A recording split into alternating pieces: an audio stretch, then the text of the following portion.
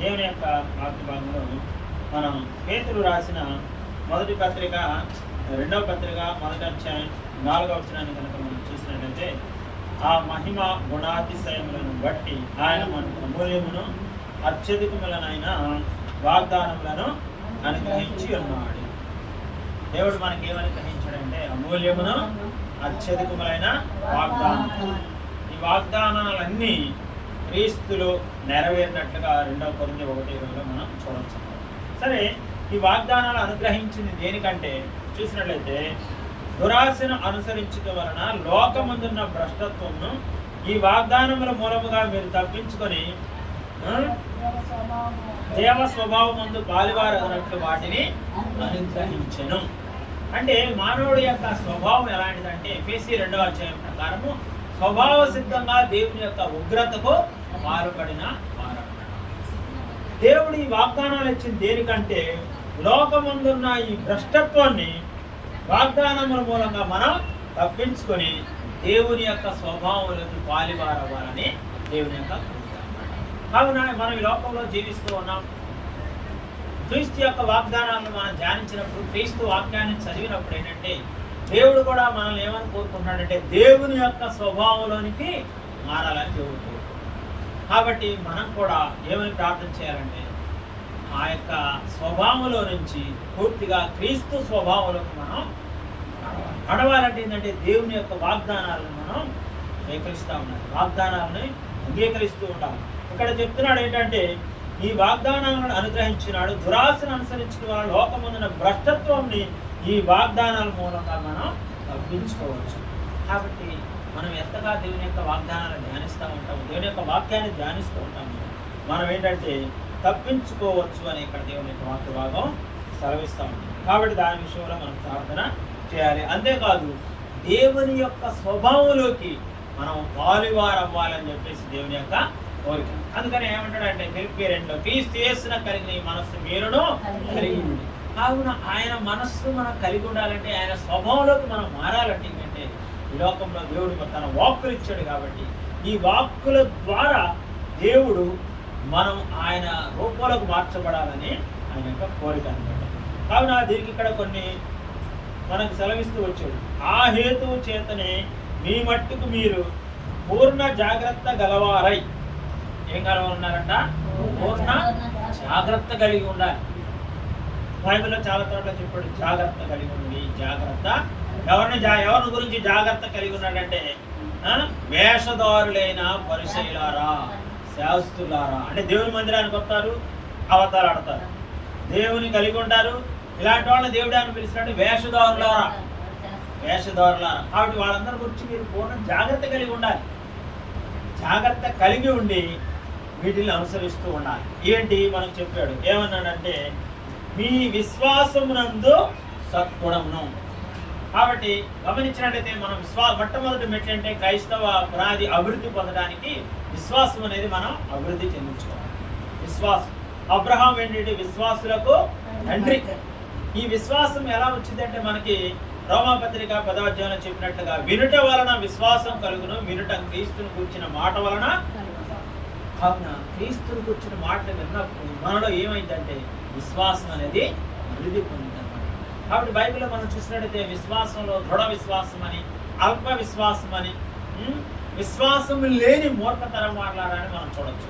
కానీ దేవుడు ఏం కోరుకుంటున్నాడంటే అపోస్తలుడు మా విశ్వాసం వృద్ధి పొందించు అని ఏ విధంగా ప్రార్థన చేశారో అదేవిధంగా మనల్ని కూడా అయా మా విశ్వాసాన్ని వృద్ధి పొందించు, గొప్ప విశ్వాసంగా ఉండేటట్టుగా దృఢమైన విశ్వాసం కలిగి మేము జీవించాలని మనం ప్రార్థన చేయాలి. కాబట్టి ఈ విశ్వాసం మనం ఎట్లా అంటే 1 యోహాను 5వ అధ్యాయం చూడండి. 1 యోహాను 5వ అధ్యాయం 4వ వచనాన్ని మనం చూస్తే 1 యోహాను 5:4 దేవుని మూలముగా పుట్టిన వారందరూ లోకమును జయించెదరు, లోకమును జయించిన విజయము మన విశ్వాసమే.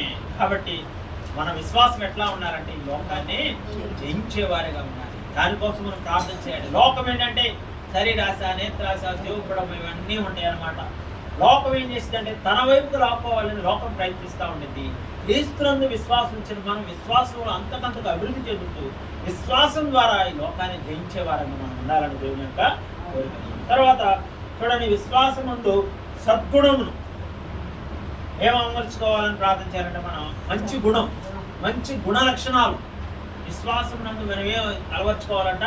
మంచి గుణ లక్షణాలు, సద్గుణం.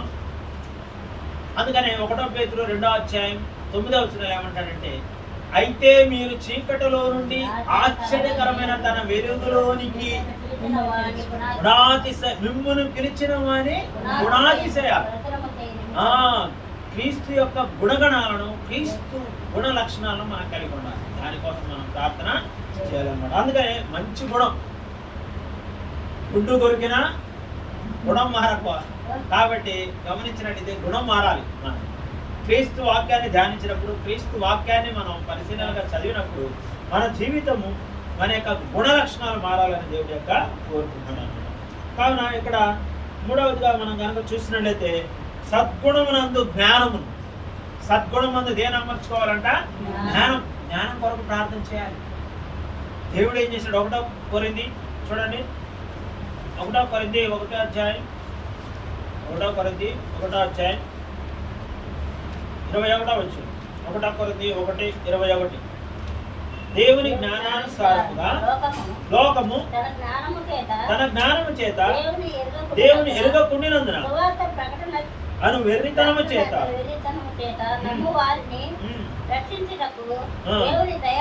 దేవుని దయాపూర్వక సంకల్పమాయను. చూడండి, ఇక్కడ సెలవిస్తున్నాడు, దేవుని జ్ఞానానుసారముగా లోకము తన జ్ఞానం చేత దేవుని ఎరగట్టు. కానీ దేవుడిచ్చే జ్ఞానం కనుక మనం ఎరిగామంటే చూడండి 25వ వచనంలో చూడండి 24-25 గమనించినట్లయితే, ఆయన యూదులకు ఆటంకముగాను అన్యజనులకు వెర్రితనముగా ఉన్నాడు, కానీ యూదులకేమి దేశస్థులకేమి పిలువబడని వారికి క్రీస్తు దేవుని శక్తియును దేవుని జ్ఞానమునై ఉన్నాడు. దేవుని వెర్రితనము మనుష్య జ్ఞానము కంటే జ్ఞానము గలది, దేవుని బలహీనత మనుషుల బలము కంటే బలమైనది. అవునా, దేవుని జ్ఞానం అడగమని ప్రార్థన. మనల్ని బలహీనులైన వారిని లోకములను దేవుడు ఏర్పరచుకున్నాడు. దేవుని తెలుసుకున్నామంటే జ్ఞానం. దేవుడు లేడని బుద్ధిహీనులు తమ హృదయాల్లో అనుకుంటారు. బుద్ధిహీనులు ఏంటంటే దేవుడు లేనట్టుగా జీవిస్తూ ఉంటారు. బుద్ధి కలిగిన వారు ఏంటంటే దేవుని యొక్క జ్ఞానాన్ని తెలుసుకొని దేవుని కొరకు జీవిస్తారు. దేవుని జ్ఞానం ఎలా ఉంటుందంటే చూడండి, ఇక్కడ యాకోబు రాసిన 3వ పత్రిక 17వ వచనంలో గమనిస్తే, యాకోబు రాసిన 3వ పత్రిక 17వ వచనం, అయితే పైనుండి వచ్చే జ్ఞానము మొట్టమొదట పవిత్రమైనది, తరువాత సమాధానకరమైనది, మృదువైనది, సులభంగా లోబడినది, కనిక్రమతోనూ మంచి బలములతోనూ నిండుకొనినది, పక్షపాతమైనను వేషధారణ అయినను లేనిదినై. పక్షపాతమైన వేషధారణైన దేవుని జ్ఞానం ఏంటంటే పైనుండి వచ్చే జ్ఞానం ఏం కోరుకుంటారంటే వాళ్ళు పవిత్రతను, సమాధానాన్ని, పరిశుద్ధతను కోరుకుంటారు. దేవుని జ్ఞానం. కావున దేవుడు ఏం చేశాడంటే మనకి విశ్వాసమందు మంచి గుణమును, సద్గుణము. ఆ సద్గుణము యందు దేన్ని నేర్చుకోమన్నాడు? ఆశ నిగ్రహమును. చూడండి 2వ పేతురు 1వ అధ్యాయం చూడండి, జ్ఞానమునందు ఆశ నిగ్రహము. అంటే లోకమును దాని ఆశలు గతించిపోతాయి, కానీ దేవుని చిత్తం జరిగించేవాడు నిరంతరము. అంటే దేవుడు ఏం కోరుకుంటున్నాడంటే దుక్కి నీటి వాగుల కొరకు ఆశ ఏ విధంగా కలిగి ఉన్నాడు, అదే విధంగా నీవు కూడా దేవుని యొక్క వాక్యం కొరకు ఆశ కలిగి ఉంటే నిన్ను తృప్తిపరుస్తాడు. కానీ ఇక్కడ ఆశ నిగ్రహం. ఆశను నిగ్రహించుకోవాలంటే లోక సంబంధంగా మనం గమనించినట్టయితే ఎన్నో ఆశలు ఉంటాయి. ఆశలు నిగ్రహించుకునే శక్తిని మన దేవుని. ఎందుకంటే ఆ ఆశ ఏం చేసిందంటే లోకం వైపు మనలను ఆగేసింది. ఆ ఆశా నిగ్రహం కావాలంటే దేవుని యొక్క జ్ఞానం కావాలి. దేవుని యొక్క జ్ఞానం కావాలంటే నీకు విశ్వాసం కావాలని దేవుడు ఎక్కడ చెప్తున్నాడు. అంతేకాదు ఆశా నిగ్రహమందు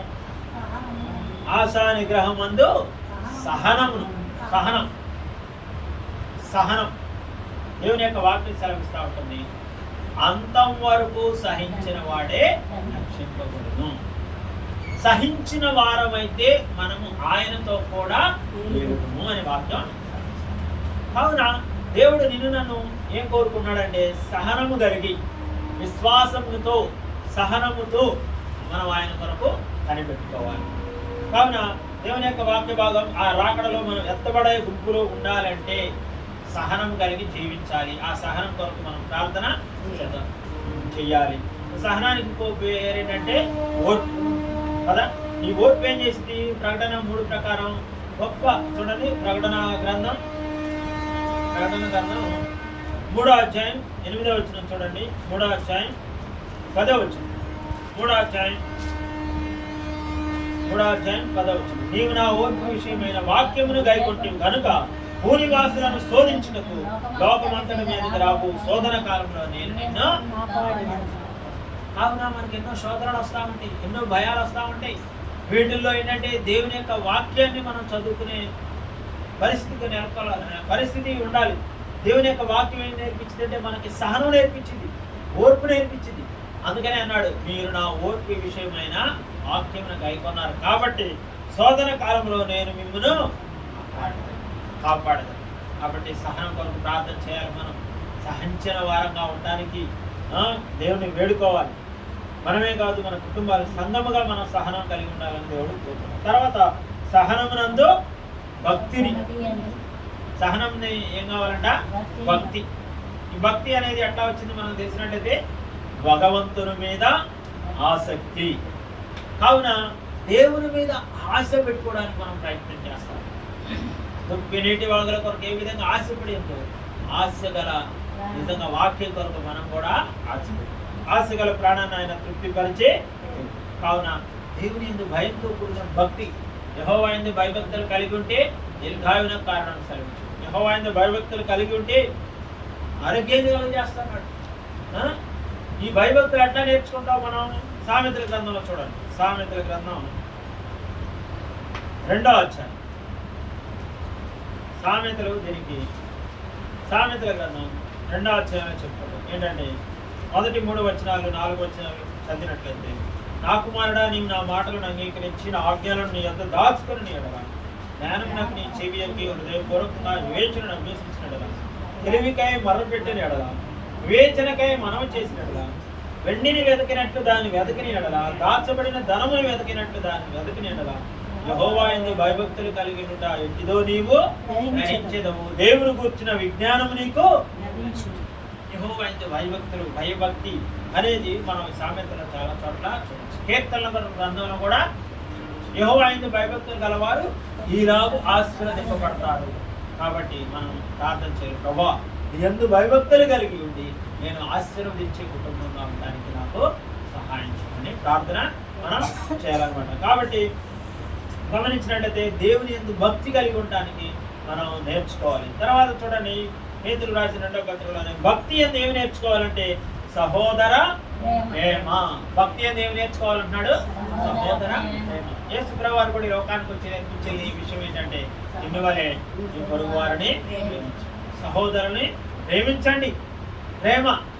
అందుకనే రోమాపత్రిక 13వ అధ్యాయంలో అంటాడు. రోమాపత్రిక 13వ అధ్యాయం చూడండి. రోమాపత్రిక 13వ అధ్యాయం 10వ వచనం. ప్రేమ పొరుగువానికి కీడు చేయదు కనుక ప్రేమ కలిగి ఉంట ధర్మశాస్త్రమును నెరవేర్చుటయే. ప్రేమ కలిగి ఉండాలని దేవుని యొక్క వాక్య భాగం మనకి హెచ్చరిస్తున్నాం. కావున ప్రేమ అంటే దేవుని యొక్క వాక్యాలను ఎవరైతే పాటిస్తారో, ఎవరైతే చూడండి 2వ యోహాను పత్రిక 6వ వచనంలో ఉంది. 2వ యోహాను పత్రిక 6వ వచనం, మనం ఆయన ఆజ్ఞల ప్రకారము నడుచుటయే ప్రేమ అనండి. మనం ఆయన ఆజ్ఞల ప్రకారము నడుచుటయే ప్రేమ. కావున గమనించినట్లయితే ఆయన ఆజ్ఞల ప్రకారం నడుచుకోవాలని, ఆయన ఆజ్ఞల యందు అధికంగా ఆనందించాలని మనం ప్రార్థన చేయాలన్నమాట. కావున గమనించినట్లయితే ప్రేమ కలిగినటకు ప్రయాసపడుడి అని 1వ కొరింథీయులో చెప్తా ఉంటాడు. కావున ప్రయాసపడి భారం మోసుకొనిచున్న వారులారా నా యొద్దకు నేను మీకు విశ్రాంతిని కలుగజేస్తాను. కావున ప్రేమ కలిగి ఉండటం నుంచొని చెప్పటం అంత సులభం కాదు, కానీ ప్రేమ కోసం మనం ప్రార్థన చేయాలి. ప్రేమ ఏం చేసిందంట? 1వ కొరింథీ 13వ అధ్యాయం మొత్తం చదువుకుంటే ప్రేమ గురించి చాలా మాటలు. కాబట్టి మనం కూడా సహోదరులను ప్రేమించటం, ప్రేమించే విషయంలో కూడా ఎట్లాంటి వాళ్ళు ఉన్నారు చూడండి. ప్రేమ నిష్కాపట్యంతో ప్రేమించాలి. ఉపదేశ సారం ఏంటంటే 1 తిమోతి చూడండి. 1 తిమోతి 1వ అధ్యాయం 5వ వచనం చదవండి. 1 తిమోతి 1వ అధ్యాయం 5వ వచనం. ఉపదేశ సారం ఏదనగా పవిత్ర హృదయం నుండి, మంచి మనస్సాక్షి నుండి, నిష్కపటమైన విశ్వాసం నుండి కలుగు ప్రేమ. ప్రేమ ఏంటంట? పొరుగువారికి కీడు చేయదంట. నిజంగా ప్రేమ డబ్బముగా ప్రవర్తించింది, అమర్యాదగా అడుగుదని సెలవించింది. కావున దేవుడు ఏం కోరుకున్నాడంటే నిష్కపటమైన విశ్వాసం, నిష్కపటమైన ప్రేమ, హార్ట్ఫుల్ టాకింగ్ ఉండాలి. హృదయపూర్వకంగా మనం మాట్లాడుకోవాలి, లోపడాలని దేవుని వాక్యం మనకి చేస్తుంది. కాబట్టి దొంగ ప్రేమలు దేవునికి ఇష్టము లేదు. ప్రేమ ఎలా ఉండాలంటే నిష్కాపట్యంగా ఉండాలి. ఒకరినొకరు విక్కుటముగా ప్రేమించుకోండి అని వాక్య భాగం మనకి సెలవిస్తూ ఉంటుంది. కాబట్టి ప్రేమ కలిగి నడుచుకోవాలని దేవుడు మనకి హెచ్చరిస్తూ ఉన్నాడు. ఆయన పరిమళ వాసనగా ఉండాలి, మీరు ప్రేమ కలిగి నడుచుకోండి అని దేవుడు మనకి ఎన్నోసార్లు హెచ్చరిస్తూ వచ్చాడు. కాబట్టి మనం కూడా ప్రార్థన చేయాలి. ప్రభా, నీ ప్రేమతో నన్ను నింపు, నీ ప్రేమతో నా హృదయాన్ని నింపు, ప్రేమ కలిగి సత్యం చెప్పుతూ అన్ని విషయాల్లో నేను ఎదగాలి అని కనుక మనం ప్రార్థన చేయాలి అని దేవుడు తన వాక్యం ద్వారా హెచ్చరిస్తున్నాడు. అంతేకాదు సహోదర ప్రేమ యందు ఏమి నేర్చుకోమన్నాడంట? దయను అమర్చుకొనుడి. ఏం అమర్చుకోవాలంట? మన దయ. అందుకనే కీర్తనకారుడు అంటాడు, యెహోవా దయాళుడు, ఆయన కృప నిరంతరం. యెహోవా దయాళుడు, ఆయనకు కృతజ్ఞతాస్తుతులు. కావున మనం కూడా నేర్చుకోవాలయ్యా భక్తి యందు సహోదర ప్రేమ మాత్రమే, సహోదర ప్రేమ యందు దయ. యేసుక్రీస్తు ప్రభువు లోకానికి వచ్చి అనేక మంది దయ చూపించాడు, కరుణ చూపించాడు. అయ్యా విశ్రాంతి దినం ఈ పని చేయకూడదు అంటే లేదు లేదని చెప్పి వారిని స్వస్థపరిచాడు, వారి ఎందుకు కనికరించాడు, కనికరపడ్డాడు. కావున దేవుడు కూడా మనల్ని ఏం కోరుకున్నాడంటే దయ చూపాలి, దయ కలిగి ప్రవర్తించాలి, దయ కలిగి కాబట్టి క్రైస్తవ జీవితానికి మనకి దేవుడు కొన్ని హెచ్చరికలు ఇచ్చాడు. కాబట్టి విశ్వాసమందు సద్గుణం, విశ్వాసాన్ని అభివృద్ధి పొందించుకోవాలి, విశ్వాసం కలిగి లోకంలో నేను నడుచుకోవాలి. తర్వాత మంచి గుణం, నీ వాక్యాన్ని చదువుడు ద్వారా, వినడు ద్వారా, విశ్వాసం కలిగడు ద్వారా నాలో క్రీస్తు సంబంధించిన గుణలక్షణాలు ఉండేటట్లు ప్రభా సహాయం చేయమని ప్రార్థన. సద్గుణమందు జ్ఞానమును. లోకము తన అజ్ఞానం చేత దేవుడు ఎరగట్లేదు, కానీ దేవుడు మనకి జ్ఞానమునై ఉన్నాడు, దేవుడు శక్తి అయి ఉన్నాడు. ఆ దేవుడు జ్ఞానం ఎరిగే భాగ్యం మనకు దయచేసాడు. కావున మనం ఆ దేవుని జ్ఞానం కలిగి లోకంలో నడుచుకోవడానికి ప్రభా నీ జ్ఞానంతో మమ్మల్ని ప్రార్థన. జ్ఞానమందు ఆశ నిగ్రహము, ఆశా నిగ్రహమందు సహనము, సహనముతో ఆయన కొరకు కనిపెట్టుకునే భాగ్యం నేర్చుకుని ఆయన రాకడ కొరకై మనం సహనంతో కనిపెట్టుకోవాలి. లోకంలో జీవించినంత కాలం ప్రభా వరకు సహనంతో జీవించే భాగ్యం నాకు దయచేయమని ప్రార్థన.